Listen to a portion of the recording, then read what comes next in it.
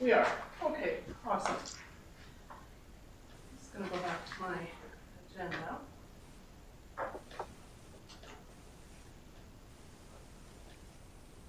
Okay, good morning, everyone. I'm calling this meeting of the Standing Committee on Government Operations to order. My name is Julie Green, and I am the Deputy Chair of this committee and the member of the Illinois Center. Today's meeting is being live streamed on the Assembly's social media channels. To respect physical distancing requirements, non-committee members have been asked to join us by video conference, and I see that Kevin has decided to do that. Our first order of business is to open our meeting with a prayer. Do I have a volunteer?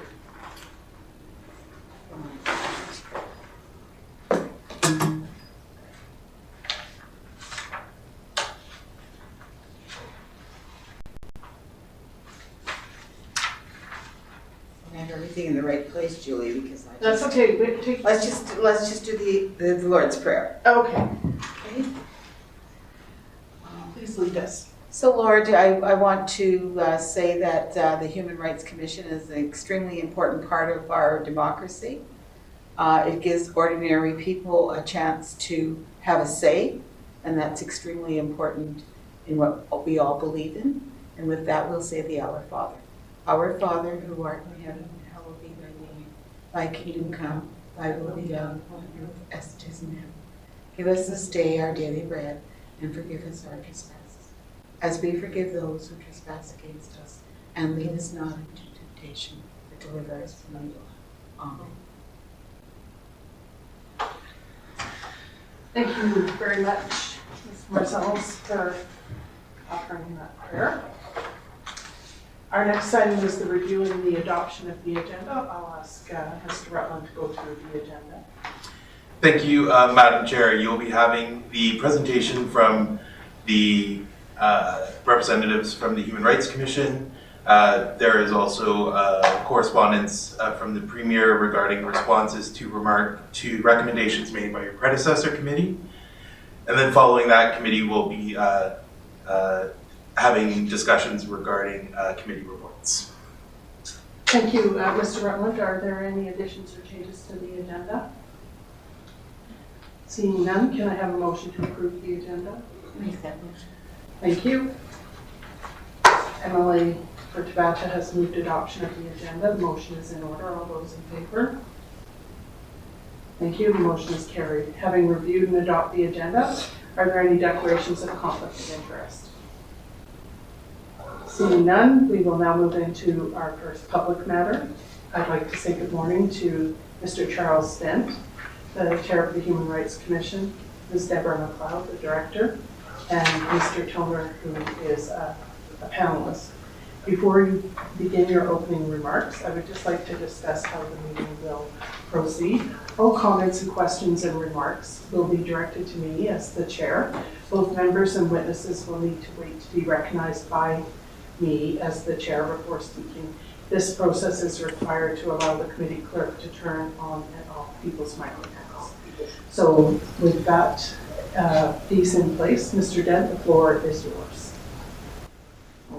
Excuse me, Mr. Dent. Lisa? I'm just wondering if they are able to hear us clearly. Can you please confirm that you can hear us, Mr. Dent or Ms. McLeod? I can't speak for the other participants from the commission side, but I can hear you, but the sound does seem to cut in and out once in a while. But so far, it's been mostly intellectual. So for you should check the other two.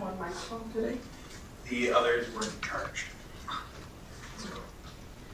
Okay, where is the microphone? Right there. Choose your one. Okay. I think what we'll do is we'll maybe move this around so that it's more specific to people who are asking questions. So go ahead then, Mr. Dent, the floor is yours. Okay, thank you, Madam Chair, members of the Standing Committee. Good morning. Thank you for this opportunity to talk about the 2018-19 annual report of the NWT Human Rights Commission. It's always a bit of a challenge to review these reports with the standing committee, as it's often well over a year since the year the report covers has ended. And since our work keeps going, it's sometimes difficult to remember which year something happened and keep our responses to your questions properly aligned to the time covered by the report under review. I won't take a lot of time with opening comments to make sure we have plenty of time to answer any questions you may have about the annual report, but I would like to highlight a couple of things that are mentioned in the report. In the report, we note the Commission is concerned about the lack of connection between the requirements set out in the National Building Code and what is actually considered an accessible space. This continues to be an area we really hope the government will address, as the current situation may put business owners and landlords at risk. Right now, most people expect, if they follow the building code, they will be protected from complaints about accessibility relating to their premises. However, the courts and tribunals in Canada have sometimes found that not to be the case. That may leave people, sometimes even with new construction, facing a complaint their space is not accessible. Basically, the National Building Code has not kept up to what the courts and tribunals may accept as accessible. Because the NWT has adopted the National Building Code, builders and owners believe they have a government-backed document that, if followed, will protect them from a human rights complaint related to accessible space. We know there's work being done to update the NBC, and we hope it will be completed soon. It is important that the National Building Code in the Northwest Territories include reference to CSA Standard B651-18, Accessible Design for the Built Environment. This document sets out current best practices for accessible spaces. The other area I'd like to highlight is around community travel and outreach. You will all be very familiar with the high cost of travel in the North, but in 2018-19, we were able to tag along on most of the community health fairs that took place across the Northwest Territories. This allowed us to get into a lot of the communities and yet not spend very much on travel. Unfortunately, the community health fair program isn't working the same any longer, and with the pandemic, our travel will be considerably curtailed for at least the next little while. So it's unlikely we will be able to reach as many communities as was our practice, except by way of video, and this is something we are actively looking at. Thank you for meeting with us today. I look forward to your questions. And now I know that Mr. Toner, as chair of the adjudication panel, has some opening comments as well. Thank you very much, Mr. Dent. Mr. Toner?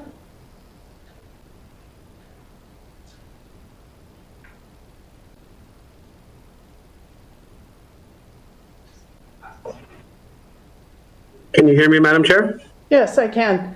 Go ahead, please. Great. Thank you, Madam Chair, members of the Standing Committee, for the opportunity to attend this meeting and respond to any questions you may have regarding the panel's portion of the 2018-2019 Commission report. As you are aware, the panel consists of adjudicators who exercise an independent decision-making role within the human rights system. Each case that comes before an adjudicator must be decided independently on its merits, consistent with procedural fairness and the law of human rights.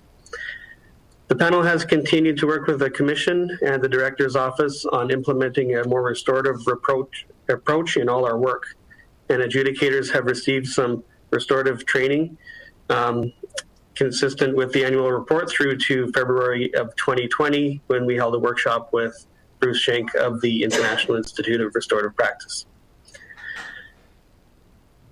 In addition, adjudicators have also added active adjudication techniques to help self-represented parties navigate the hearing process, which can be complex and intimidating. With reference to the annual report from 2018-19, you'll note that the panel ended that fiscal year with 15 open files. The panel is able to indicate meaningful progress on all those matters since March 31st, 2019. 6 of those matters have been decided with final decisions issued. A further 3 cases have had hearings concluded and where decisions are pending. One of those matters was concluded by mediation. And so what that leaves us with is that 3 of those cases will be heard in the near future, most likely by video conferencing, due to the COVID-19 pandemic. Video conferencing is something that we have used in the past and will likely use more regularly going forward. Some matters are more complex and cannot be concluded quickly. There are two matters that remain open from the end of the 2018-19 year and ongoing. And on two of those matters, the panel has issued preliminary rulings. One was on the issue of adding additional parties after the complaint has been referred from the director's office. Another was concerning whether the panel had jurisdiction. So the caseload for the panel at the end of 2018-19 is fairly reflective of the panel's caseload on a recurring basis. At this point, in 2020, the panel has a caseload of 18 open files, and that's as a result of new matters coming in to replace those which were decided or settled from 2018-19. Those files are handled by 5 adjudicators, and as indicated, we have 3 decisions forthcoming from hearings that were recently concluded. Once those decisions have been issued, we'll be right back to the 15 that was the closing number on March 31st, 2019. So I trust that will give the committee a sense of the panel's activities regarding the items reported in the 2018-19 annual report, and I'd be pleased to answer any questions that the committee may have. Thank you. Thank you very much, Mr. Toner. Members, the potential questions for this public hearing are on page 16 of your briefing note, which is page 17 if you're using the electronic package. I will now open the floor to questions. Ryland, Mr. Johnson.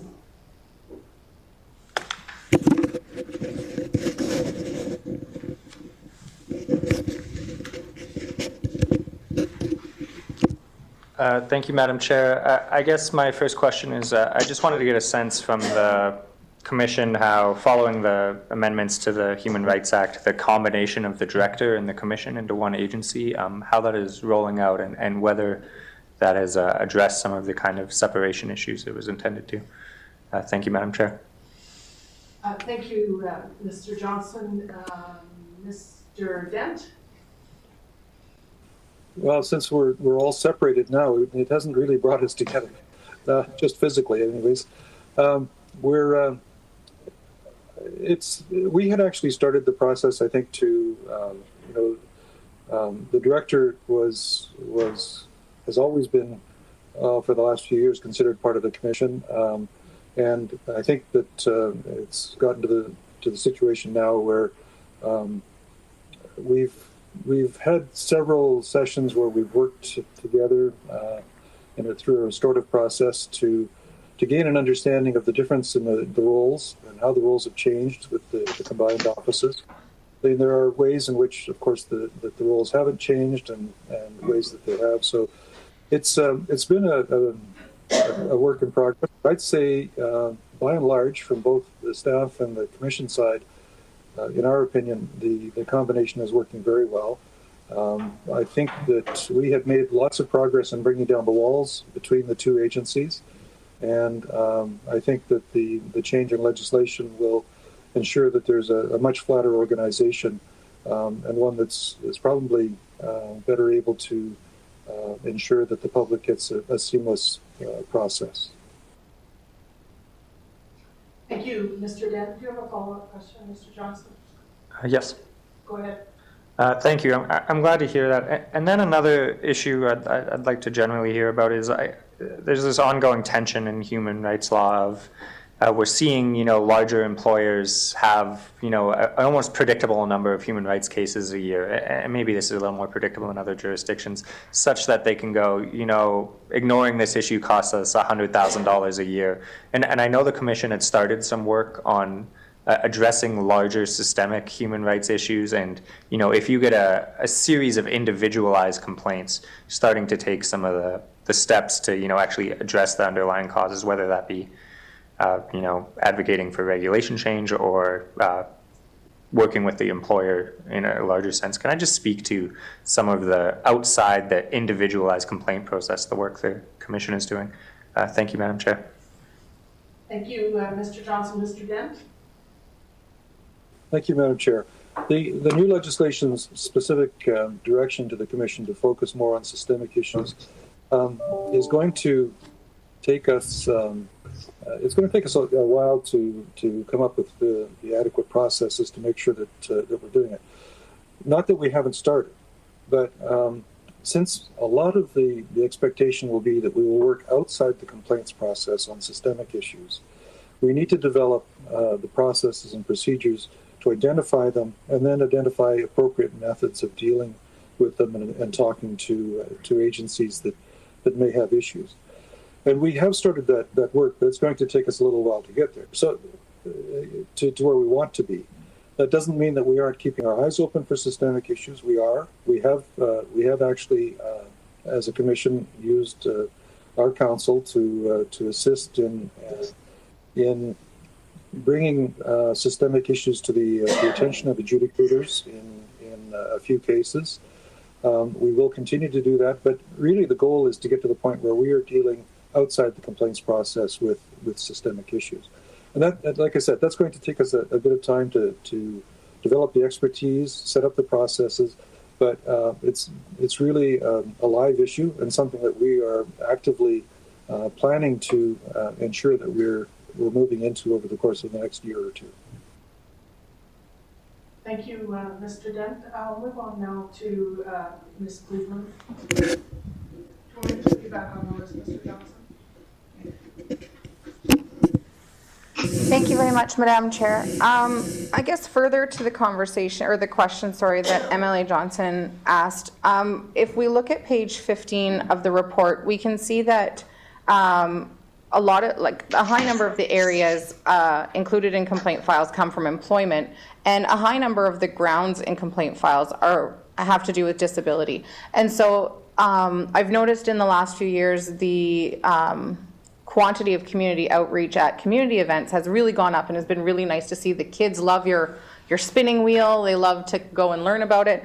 But what I'm wondering is, what type of a community outreach are you doing in these areas where you can see the higher number of complaints, and being able to, I guess, educate so that hopefully complaints don't come forward in the future. So I'm just wondering what kind of community outreach you're doing directly in relation to where you are seeing numbers. Thank you. Thank you, Ms. Cleveland. Mr. Dent? Thank you, Madam Chair.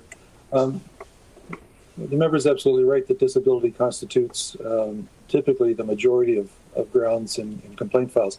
That's common across Canada. All jurisdictions find that. And I think it's important to remember that disability isn't just physical disability. It includes a broad spectrum of areas that can be, or that are disabilities. What we offer is we offer training to employers. We offer outreach where appropriate. In the community health outreach program that we participated in, while a lot of the focus is on kids, younger people, because obviously we're hoping that they're easier to train long term, and that in the long term we will see fewer complaints, because we're raising kids who are much more aware of people's rights and responsibilities. We still will provide whatever information that we can to people who may be at the older age groups. Like all of our written publications, which are now available, or not all of them, but we have written publications available in all of the official languages in the Northwest Territories. We're sure to use those when we visit communities. When we're talking to communities, we ask, if they want to invite us to make presentations. We're quite happy to do that. We have started, as we visit communities, to demonstrate how circles work, how we can use a restorative process to have a community conversation, and we're inviting community organizations to join us for training, which is, now that we're using video so much, it's actually gotten to the point where we think it's going to be easier to bring that training to the smaller communities than when we were trying to deliver it in person. Thank you, Mr. Dent. Ms. Cleveland, do you have a follow-up question? I'll go back on the list, please. Thank you. Okay, thank you. Yeah, if you could pass that to Ms. Marzells. Next on my list is Mrs. Marzells. Go ahead, please. Thank you, Madam Chair. First of all, I want to ask the Chair of the Human Rights Commission, Mr. Dent, this is a very important part and role that you play in justice for the territories because, it's a group of people. When people make complaints, there's no other place for them to go, and it's a really important role. And I was just looking at the adjudicators. Are most of the adjudicators from the Northwest Territories? Thank you, Mrs. Marzells. Mr. Dent? Madam Chair, that question should be directed to the chair of the adjudication panel, Mr. Toner. Okay.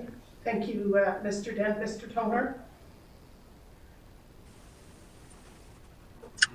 Thank you, Madam Chair. Of the 5 members of the adjudication panel, 3 are currently resident of the Northwest Territories. Okay. The 2 other members are former residents of the Northwest Territories whose appointments were granted at the time when they were residents, and they've since retired and moved down to British Columbia in both cases. Okay. Thank you, Mr. Toner. Mrs. Marzells? I just think that's a great thing because at least they know the fabric of the Northwest Territories, and I think it's I've been involved in other avenues where adjudicators were used and people did not know the fabric of the Northwest Territories. I think that's a very important element that I really like, and I don't have any other questions right now, but Thank you, Mrs. Marzells. Does anyone else have any questions? Mrs. Sedgwick, and then I'll go back to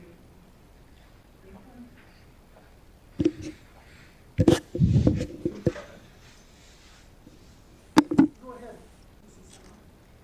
Thank you. I'm not sure who the question would be directed to, so I'll leave it to you. Reading the report at the beginning, it talks about the restorative dispute resolution process, and it did talk about how 60% of the claims went to this process and 40% of the files were closed. Can you tell, is this something new? And if it is, how is it changing the nature of the Commission's work? Thank you, Mrs. Semler. I will ask Mr. Dent if he can field that. Thank you, Madam Chair. The restorative approach is fairly new. We've only started using it in the last few years, and it was only when the Act was passed that the whole Commission was directed to use a restorative process throughout all of its work. I think Ms. McLeod would be the appropriate one to talk about numbers. I think what we're seeing, just before she gets into it, is a tremendous change in the approach in terms of, instead of having the adjudication process where the whole complaints process be adversarial, we're now finding that we can bring people together to talk about how to resolve issues. And the numbers that I think Ms. McLeod can tell you about are quite astounding, and how much things have changed and how people are seeing this as a much better way of working. So if I could turn the floor over to Ms. McLeod, I'd appreciate it. Thank you. Go ahead, please. Thank you, Madam Chair. So early in 2017, we started using a restorative approach tentatively because we were still learning what that meant and how it would work. And what we witnessed was an immediate change.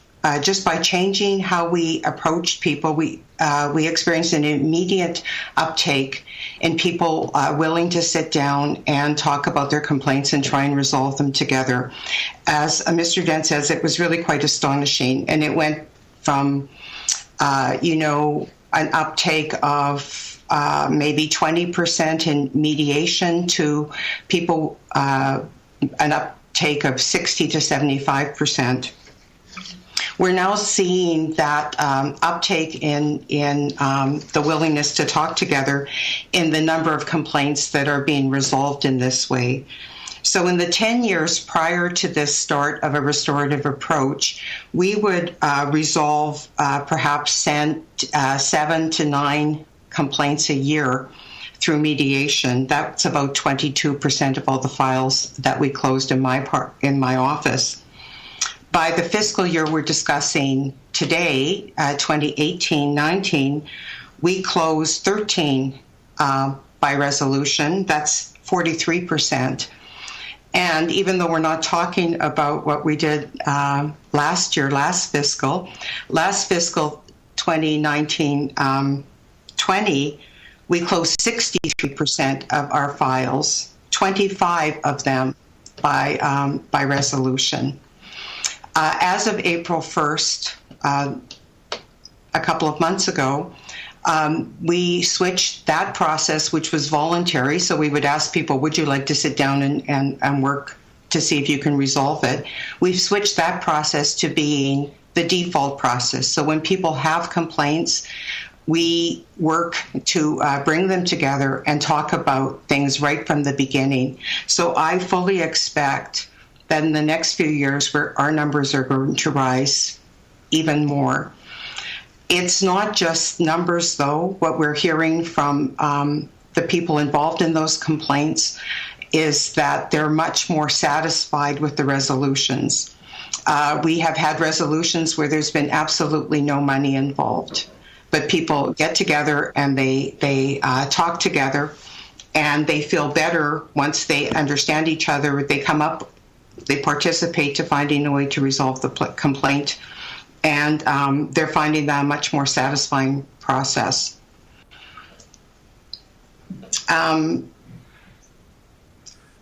We're now, we've continued this while we've been on video conferencing, and I think it's a very viable way of making this process territory-wide.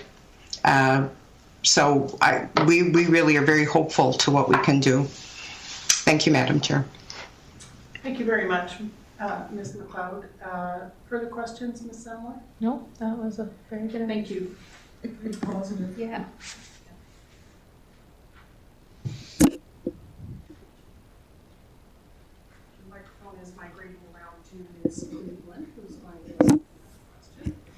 Thank you very much, Madam Chair. My first question is just in regards to the amendments to the Human Rights Act, and what budget and kind of other work allocation changes does the Commission expect from the changes to the Act? Thank you. Thank you, Ms. Cleveland. Mr. Dent? Thank you, Madam Chair. We, in terms of budget, it's still a bit of a work in progress. We received approval this year to add a commission counsel, so a lawyer to the director's office, and that's in view of the fact that we're moving to the part where the commission will have carriage of complaints. So until the commission takes over carriage of complaints, we were the only commission in Canada where complainants were left on their own to advance their own cases. They had to appear in front of the adjudicators and handle their complaint in front of the adjudicators entirely on their own. Most commissions, when the complaint is referred to the adjudication panel, their lawyers will take over carriage. With the amendments, that's now the process in the Northwest Territory, so it's important for us to have that position. In terms of other budgetary changes for this year, that's really the only one that you saw in the approved estimates. We will likely be looking as the success of the restorative process expands. I believe that the director's office will need probably one more human rights officer. that, my guess is, we should probably be asking Deborah to to confirm that, but I think that that's likely what we're expecting if the process continues to see the uptake that we're seeing.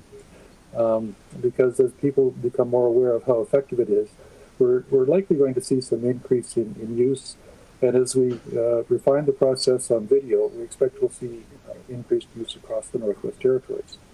So we're going to have to be able to offer the service in an expanded way.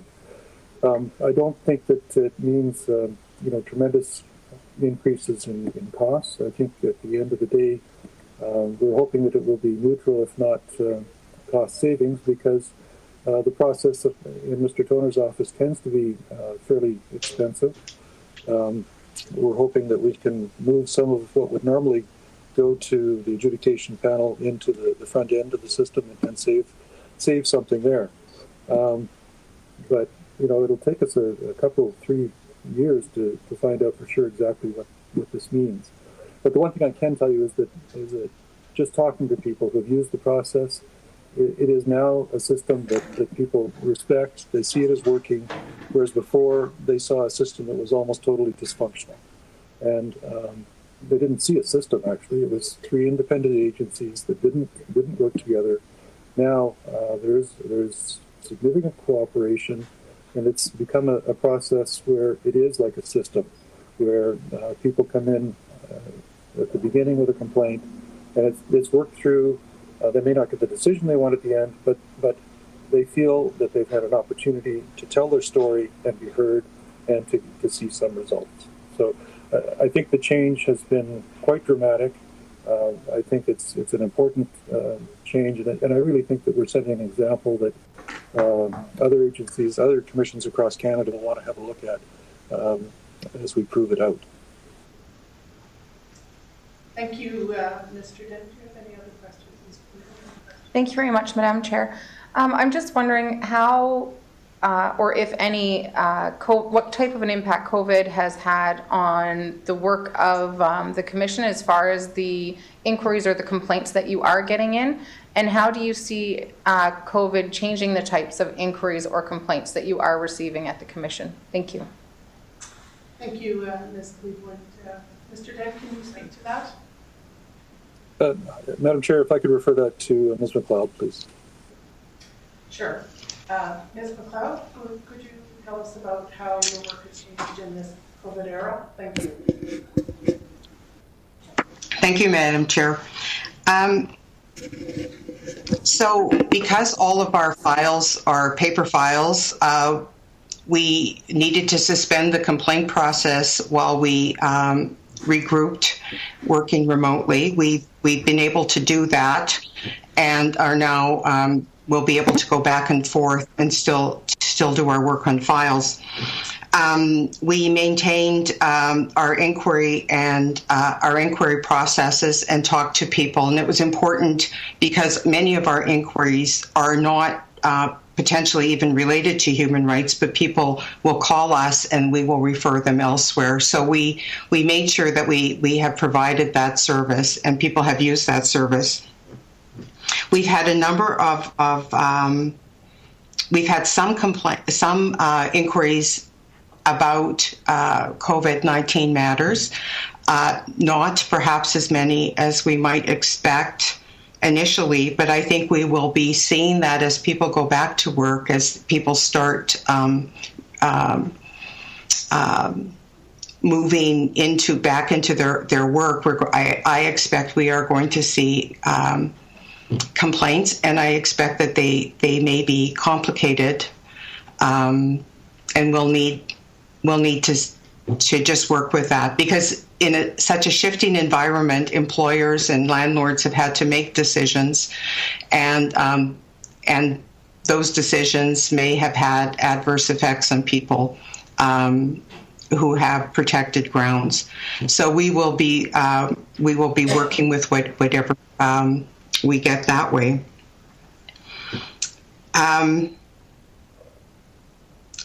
we also continued and are continuing our dispute resolution. So we carried 17 dispute resolutions into our remote working, and we've been working with, staff have been working with those parties. Again, it's been slower because not all, people's interest was not in that area necessarily, but we have resolved three of the files since March, working in that way. I think what we will see is needing some real work on what was undue hardship in these periods, and that will require tribunal work and other work in the courts to make those determinations. Thank you, Madam Chair. Thank you very much for that information, Ms. McLeod. Next on my list, I have Mrs. Martselos and then Mr. O'Reilly. Go ahead, please.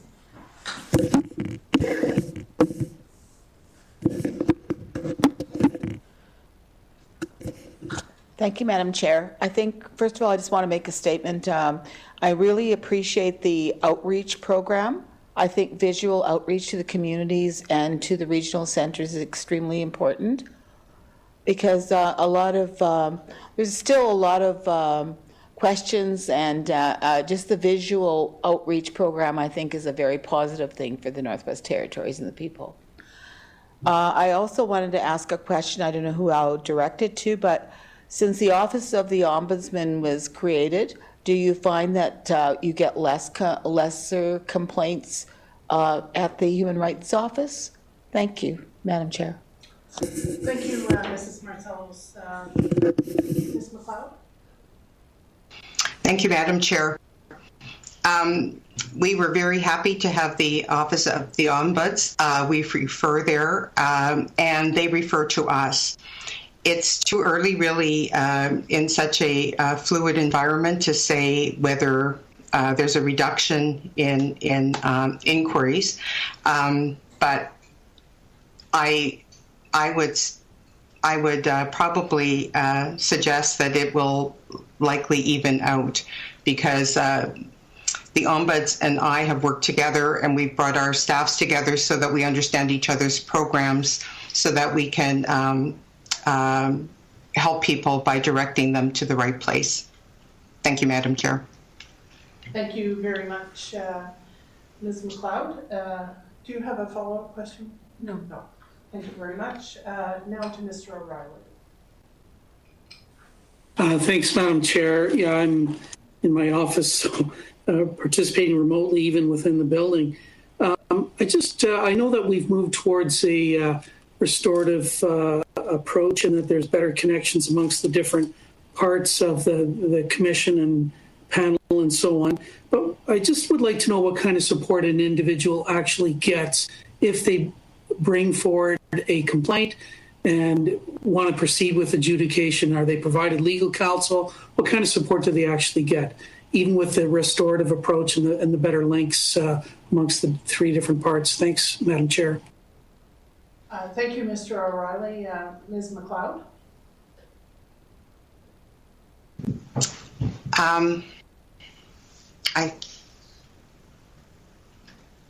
So I can speak, thank you, Madam Chair. I can speak to the early part of the process more than to the later part, and I'll ask Mr. Dent and Mr. Toner to answer that part. The early part of the complaint process, we provide considerable support when people are writing their complaints, and also in assisting them to get ready for dispute resolution. In the later part of the complaint, if a complaint is referred, we now have legal counsel, and legal counsel represents the commission as a party in the hearing. And I'll ask. I think Mr. Dent's probably the better person to answer the part of the supports given to people at that stage of the complaint. Thank you very much, Ms. McLeod. Mr. Dent? Thanks, Madam Chair. Ms. McLeod has mentioned that the commission is, and I mentioned earlier in my comments about, or to Ms. Cleveland, that we are moving to a system where the Act gives the commission carriage of the complaint. And carriage really means, it's similar to working like a Crown prosecutor would. So organizing the information to go in front of the adjudicator and so on. So when the commission takes carriage, the case will largely be looked after by the commission and laid out for the adjudicator in that manner. We are starting to get some experience with it. There are some cases that we are doing that with already this year.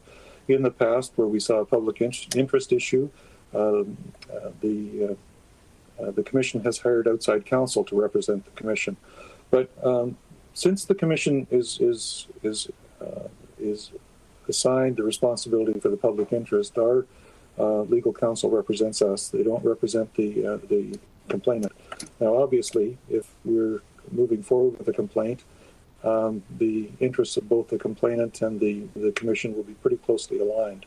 But we have to make sure that the public funds are being spent in an appropriate way, and that's what the commission's job is. We do want to see, that the public interest is well protected, and so we take a very broad and broad view of what human rights are, and try and advance those cases appropriately. Thank you very much, Mr. Dent. Mr. Toner, did you want to add anything?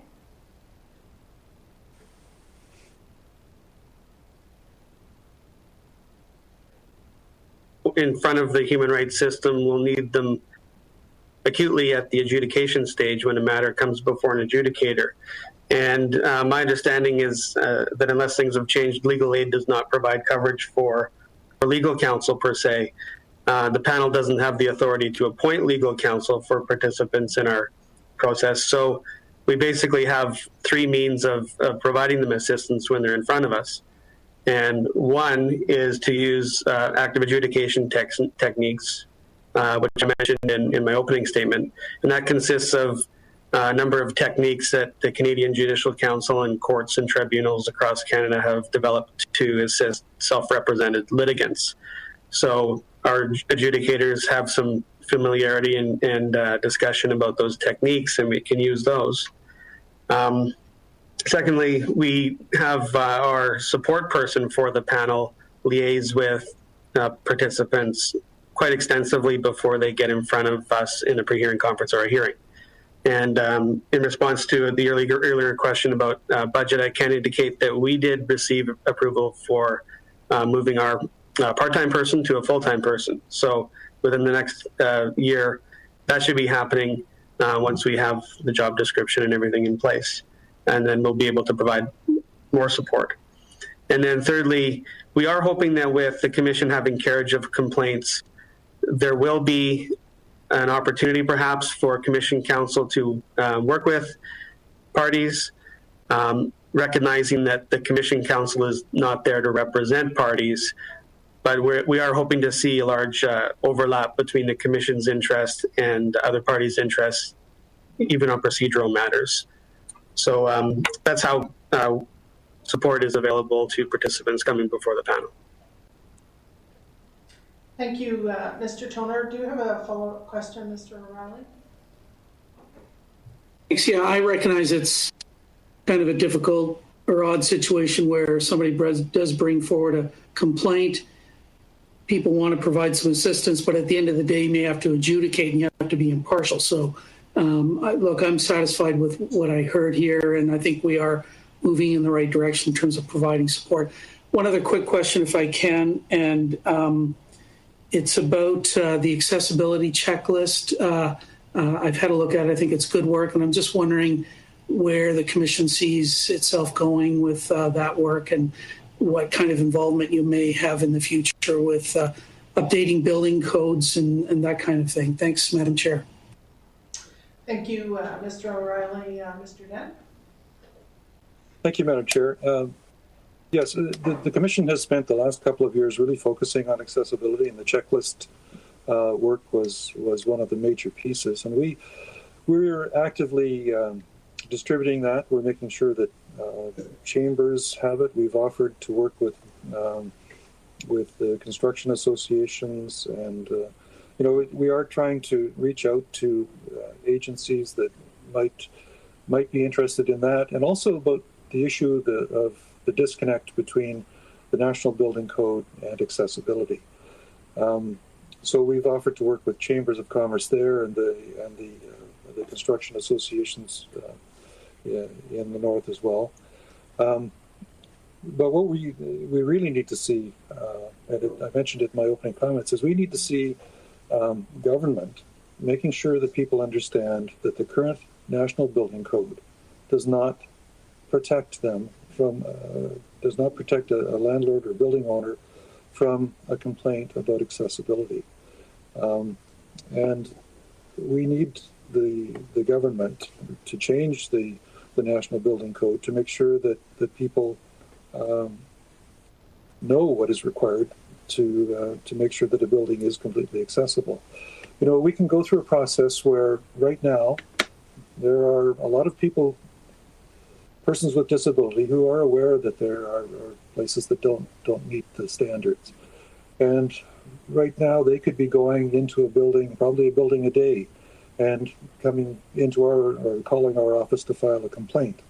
And that's not the best way to deal with the issue that we have with buildings that aren't accessible in the north. We need, a more proactive approach, and I think that's got to be led by government, because people believe that when the government adopts a document like the National Building Code, that it protects them. So government has to take the lead. And if you're looking for incentives for government to help the economy get going again, why not offer programs to improve accessibility in buildings? Why not offer financial incentives for landlords and builders to do that sort of thing? And to make sure that instead of dealing with them one building at a time through complaints, that landlords and building owners become aware up front that they may have a problem if they don't get proactive, and help them to deal with it, because it's good for all of us. Okay. Thank you very much for those remarks. Are there any further questions for these witnesses? If not, I would like to thank the witnesses for being here, and I'd like to take a moment to recognize the 16 years that Ms. Deborah McLeod has spent at the Human Rights Commission. She's been there since the doors opened, and has provided great service to the residents of the Northwest Territories in her role, and I wish her a happy retirement. And with that, the public portion of this meeting is now over. Thank you very much.